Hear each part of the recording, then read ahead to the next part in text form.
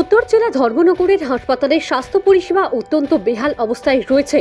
এই বেহাল অবস্থার পরিবর্তন ঘটাতে বুধবার রাজ্য বিধানসভা সদস্য এবং বাগবাসা বিধানসভা কেন্দ্রের বিধায়ক যাদবলাল দেবনাথ বিশেষ পরিদর্শন করেন এবং দ্রুত একজন শিশুরোগ বিশেষজ্ঞ নিয়োগের প্রতিশ্রুতি দেন। পরিদর্শনে জানা যায়, দীর্ঘ 1 বছর ধরে হাসপাতালে গ্যাসের ওষুধ সরবরাহ করা হচ্ছে না এবং শ্বাসকষ্টজনিত ইনহেলারের অভাব রয়েছে।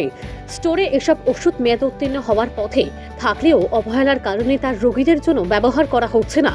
ধর্মনগর উত্তর জেলা হাসপাতালে কোনো শিশুরোগ বিশেষজ্ঞ নেই জানিয়ে বিস্ময় প্রকাশ করেছেন অনেকে।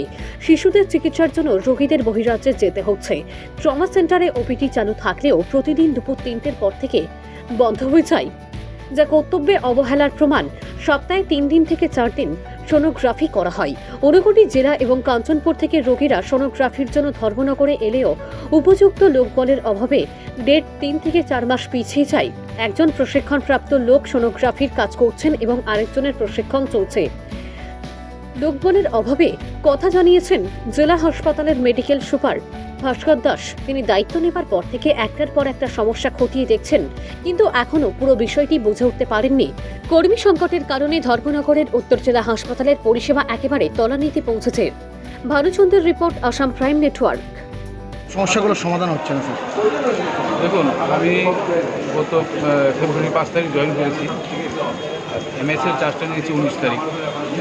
তারপরে থেকে একটা ডিস্ট্রিক্ট হসপিটালের যে সমস্ত সিস্টেম, এগুলি বুঝতে অনেকটা সময় লাগে। অফিসের ব্যাপারটা বলি, এগুলি আমি আস্তে আস্তে একটা একটা করে আমি চেষ্টা করছি এটা নিরসন করার জন্য।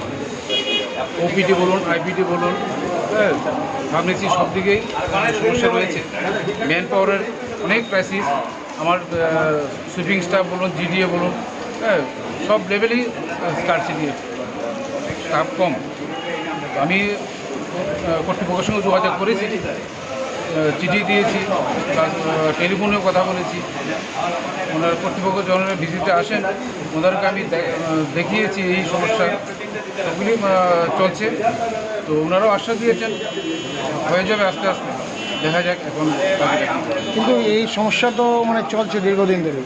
এখানে বিভিন্ন ডাক্তার নেই, কিংবা বিভিন্ন যে পরীক্ষা নিরীক্ষা করা হচ্ছে সেগুলোকে ডেট দেওয়া হচ্ছে 4 মাস 5 মাস পর। সেই সমস্যাগুলি নিয়ে কী বলবেন? সমস্যা সোনোগ্রাফির ব্যাপারটা বলছি। সোনোগ্রাফি তো আসলে নর্থ ডিস্ট্রিক্টে আমরা এই শুধু সোনোগ্রাফি নয় স্যার, সিটি স্ক্যানও স্ক্যানে খুব একটা দেরি হওয়ার কথা না, আমি যতটুকু জানি। সোনোগ্রাফি সিটি স্ক্যানের সমস্যা খুব একটা নেই, মানুষের কোনো কমপ্লেন নেই। কিন্তু সোনোগ্রাফির সমস্যা হচ্ছে আমার একজন সোনোলজিস্ট, আরেকজন আছে ট্রেন সোনোলজিস্ট, উনি আবার ডিডিও প্লাস কদমতলাতেও ডিউটি করতে হয়। একজন সোনোলজিস্ট এত বড় নর্থ ডিস্ট্রিক্টের চাপ একটু কষ্টজনক ঠিকই। তো চেষ্টা করা হয় যেমন যতটুকু দরকার তার থেকে বেশি করেও আমি বলি যে করো। তারপরেও কিছু কিছু ব্যাকলগ থেকে যায়। এগুলো আমি বলেছি ওদেরকে যে ডিলে না করিয়ে যত তাদের সম্ভব দরকার হলে এক্সট্রা টাইম দিয়েও যেমন করানো যায়। সপ্তাহে 3 দিন 4 দিন সোনোগ্রাফি করা আছে, এটাকে বাড়িয়ে কি 6 দিন করা যায় না? 6 দিন। এদিকে তো আমাদের এখানে তো জিডিএমও, যেটা আমি বললাম জিডিএমও নেই। তাহলে কি আমাদের ইমার্জেন্সিতে সামলাতে হয়। 24/7 ইমার্জেন্সি চলছে। ইমার্জেন্সি চলছে আমাদের স্পেশালিস্ট দিয়ে। স্পেশালিস্টকে আমি ইমার্জেন্সিতে বসালে এখানে হ্যাম্পার হয়, স্বাভাবিক। নাইট ডিউটি করলে নাইট অফ থাকে, বা ইমার্জেন্সি বসে থাকতে তো করতে পারেন না উনি। শিশু ডাক্তারের ব্যাপারটা কী বলবেন স্যার? শিশু ডাক্তার নিয়ে এখানে বড় সমস্যা হচ্ছে। উনি ওখান থেকে আমাদের এখান থেকে নিয়ে যাওয়া হয়েছে, ওনাকে উইথড্র করা হয়েছে। আমি এর পরের দিনই চিঠি দিয়েছি ডাইরেক্টর। ইমার্জেন্সি বেসিস একজন পেডিয়াট্রিশিয়ান যেমন দেওয়া হয়, তো এখন পর্যন্ত কোনো রেসপন্স পাইনি। আমি মাঝে মাঝে আগরতলা যখন যাই, আমি বিভিন্ন মিটিং টিটিং, তখন ওনাকে মনে করিয়ে দিই। সবাইকে নমস্কার।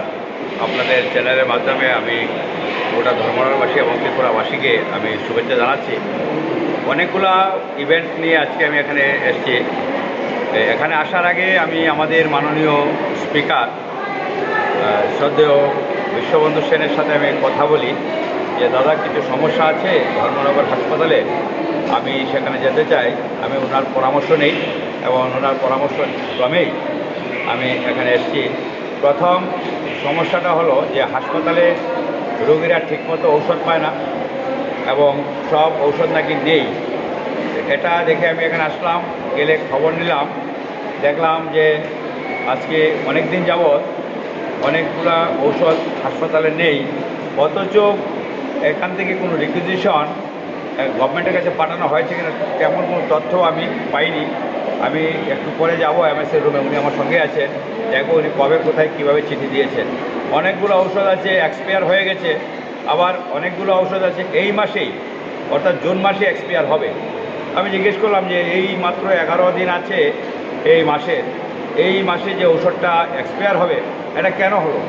এই ঔষধের রোগ কি আমাদের হাসপাতালে কেউ নিয়ে আসেনি যে যাদের মধ্যে এই ঔষধটা বিতরণ করা যায়? ওনারা কোনো সদুত্তর আমাকে দিতে পারেনি। পরের হলো যে আমাদের সোনোগ্রাফির রুমে এখানে 3-4 মাস পরে সোনোগ্রাফি ডেট দেওয়া হয়। তো এটা একটা বিরাট সমস্যা। একটা মুমূর্ষ রোগীর ক্ষেত্রেও 3-4 মাস হয়ে যায়, আবার একটা নর্মাল রোগীর ক্ষেত্রেও 3-4 মাস হয়ে যায়।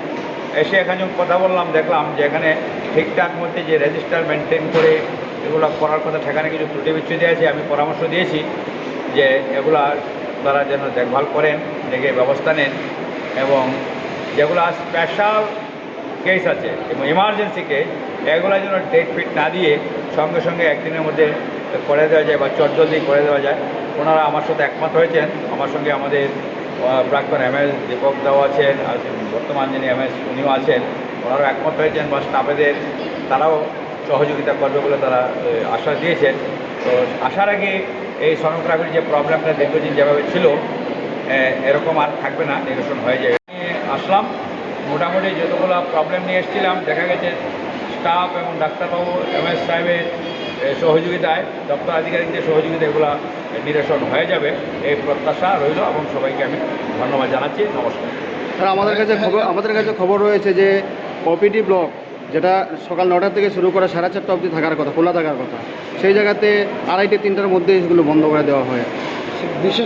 এখানে বিশেষ করে একটা প্রশ্ন আছে, যেখানে বিশেষ শিশু ডাক্তার নেই, গাইনোকোলজিস্ট নেই, আরও বিভিন্ন যে ডাক্তার বা জরুরি পরিষেবার জন্য যেসব ডাক্তার দরকার সেই ডাক্তারগুলো নেই। সেই বিষয়ে আপনি কী বলবেন?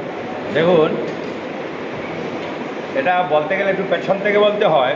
এখানে একটা সরকার ছিল আমাদের আগে, যারা সবসময় বলতো যা করেছি আমরা করেছি, যা করেনি দিল্লি সরকার করেনি, এরকম অনেকগুলা বিষয় কিন্তু বলতো, যেখানে অনেকগুলো করাপশন কিন্তু ছিল। এটা জানেন আপনারা, 900 কোটি টাকার একটা মামলা ছিল এখানে ত্রিপুরা রাজ্যে, তখন মন্ত্রী ছিলেন তপন চক্রবর্তী। তো এরকম একটা হাসপাস অবস্থার মধ্যে দাঁড়িয়ে রাজ্যে একটা পরিবর্তন হলো, সরকার আমরা পরিচালনা করছি হাঁটকে পা করে। আজকে একটা জায়গায় আমরা এসেছি যে অন্ততপক্ষে ত্রিপুরা রাজ্যের কোনো মানুষ চিকিৎসার অভাবে মারা যাবে এই পরিস্থিতি কিন্তু নেই। আমরা মরতে দেব না মানুষকে, আমরা বাঁচাতে চাই। তো ব্যবস্থা আমরা নিচ্ছি, ডাক্তার রিক্রুটমেন্ট হচ্ছে, ডাক্তার বেরোচ্ছে, নতুন নতুন ডাক্তার বাইরে থেকে আনা হচ্ছে, ত্রিপুরার ছেলেরা দায়িত্ব নিচ্ছে। অনেক ডাক্তার কিন্তু আছেন, আমি নাম দাম বলে করবো না, যারা আমার পাশে আছেন তারাও আছে, প্রসন্দা আছেন, আমাদের সাম রায় তিলতেতে ছিল, আমাদের কলেজ রোডে বাড়ি, নামটা কি জানি, এরা অনেকটা ডাক্তার আছেন। তিলতেতে ছিল শুভকরণ, ভালো ডাক্তার চৌধুরী। এই যে এখানে মেনলি সমস্যাটা হচ্ছে শিশু ডাক্তারদের। হ্যাঁ, আমরা দেখছি প্রায় বছর খানেক হয়ে গেছে শিশু ডাক্তার হয়ে যাবে এখানে শিশু ডাক্তার নেই। আমি দেখুন, আগে 1 মাস আগে আরেকটা বিষয় নিয়ে এখানে এসেছিলাম, আপনারা ছিলেন অনেকেই সঙ্গী। আমি এমএস সাহেবকে বলেছিলাম যে আপনার এখানে যে সমস্যা আছে, সমস্যাগুলো আপনি তো আপনার অথরিটিকে লিখবেন, আপনি ডাইরেক্টর লেভেলে লিখবেন, সেটার একটা কপি আমাদের ধর্মনগরের জনপ্রিয় বিধায়ক, রাজ্যের মাননীয় স্পিকার, যাকে আমি রামচন্দ্র বলে আখ্যায়িত করি, এই রামচন্দ্রকে একটা কপি দেবে, আর আমি ছোটো ভাই লক্ষণ আমাকেও একটা কপি দেবে। তো ওনাকে জিজ্ঞেস করলাম, তার মধ্যে উনি সেই বিষয়গুলো দিতে পারেনি, বলছেন যে কোড অফ কন্ডাক্ট ইলেকশনের থাকায় এটা দিতে পারেনি। তো এটা আগে আসুক আমাদের কাছে। আমাদের মাননীয় মুখ্যমন্ত্রী তো দেখেন আপ্রাণ চেষ্টা, স্বাস্থ্য দপ্তর ওনার কাছে আছে, অনেকটা কিন্তু আপনারা স্বীকার করবেন যে ইনক্রিজ হয়েছে, ডেভেলপমেন্ট হয়েছে রাজ্যের চিকিৎসা পরিষেবা, আরও হবে। এখানে অনেক জিবিকে আপগ্রেড করা হয়েছে, হাপানিয়াকে আপগ্রেড করা হয়েছে, আরও আপগ্রেড হবে। সেন্টারে যেখানে দাঁড়িয়ে আপনাদের সঙ্গে কথা বলছি, এখানে একটা নতুন কনস্ট্রাকশন উপরে চলছে, একটা ভালো কথা। এই হাসপাতালের ডেভেলপমেন্ট হবে, ইনফ্রাস্ট্রাকচার ডেভেলপমেন্ট হবে, এটা আমরা চাই। কিন্তু একটা ইনফ্রাস্ট্রাকচার তৈরি করতে গিয়ে যে ইনফ্রাস্ট্রাকচার আছে সেটার মধ্যে কাজের বিঘ্ন করবে, সেটা তো মেনে নেওয়া যায় না।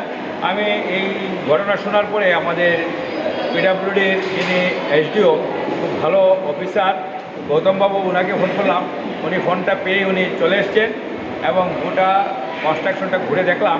দেখার পরে পরামর্শ দিয়েছি যে উপরে যদি আমরা একটা টিন দিয়ে অস্থায়ী শেড তৈরি করি, 6 ফুটের টিন দিয়ে শেড তৈরি করলে যে জলটা এখন ভেতরে ঢুকে আমাদের ট্রমা সেন্টারে রোগীদের অসুবিধা করছে, স্টাফেদের অসুবিধা করছে, এটা আর থাকবে না। উনি আমাকে আশ্বস্ত করেছেন